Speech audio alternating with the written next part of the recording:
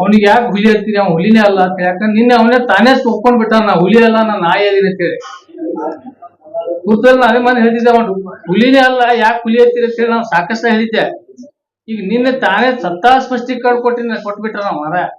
ನಾನು ನಾಯಿ, ನಾನು ಈ ದೇಶದ ನಾಯಿ, ಮೋದಿ ನಾಯಿ, ಆ ನಾಯಿ, ಈ ನಾಯಿ, ನಾ ಬೊಗಳು ನಾಯಿ ಎಲ್ಲಾನು ಹೇಳ್ಬಿಟ್ರವ. ಇದ್ರ ಬಗ್ಗೆ ನಾವು ಈಗ ಮುಂದೆ ದಯಮಾಡಿ ಯಾರು ಹುಲಿ ಅಂತ ಯಾರು ಹೇಳಕ್ ಹೋಗ್ಬೇಡ್ರಿ. ಯಾಕಂದ್ರೆ ಅವ್ರು ಏನ್ ಹೇಳ್ಯಾರ ಅದೇ ಹೇಳ್ಬೇಡ್ರಿ. ಅದಕ್ಕಾಗಿ ಹೇಳುದೇನಂದ್ರ, ಈ ಹುಲಿ ಇದ್ರ ಮತ್ತೆ ಹುಲಿ ಹುಲಿ ಹುಲಿ ಸುಮ್ಕೆ ನಾವು ಸ್ವಲ್ಪ ಕನ್ಫ್ಯೂಸ್ ಆಗ್ತಿದ್ದೇವೆ. ದೇಹ ದಾಡಿ ನೋಡಿ ಏನ್ ಸ್ವಲ್ಪ ಇಲ್ಲಪ್ಪ ಸ್ವಲ್ಪ ಹುಲಿಯಂಗ್ ಕಾಣಿಸ್ತಾಕತ್ತ ಅಂತ ತಿಳ್ಕೊಂಡಿದ್ದೇವೆ.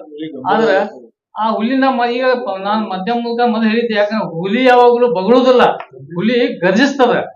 ಬಗಳು ಪ್ರಾಣಿ ಮತ್ತ ಅವ್ನು ತಾನೇ ಒಪ್ಕೊಂಡು ನಾನು ಏನಿದೀನಿ ಅಂತ ಒಪ್ಕೊಂಡು ಅದ್ರ ಮೇಲೆ ತಾವು ತಿಳ್ಕೊಬೇಕು ಈಗ ಅವ ಏನದ. ಅದಕ್ಕಾಗಿ ಅಂತ ಬಗಳು ಪ್ರಾಣಿಗೆ ಈಗ ಈ ರೀತಿ ನಾವು ಹೆಚ್ಚು ಅವರಿಗೆ ಮಹತ್ವ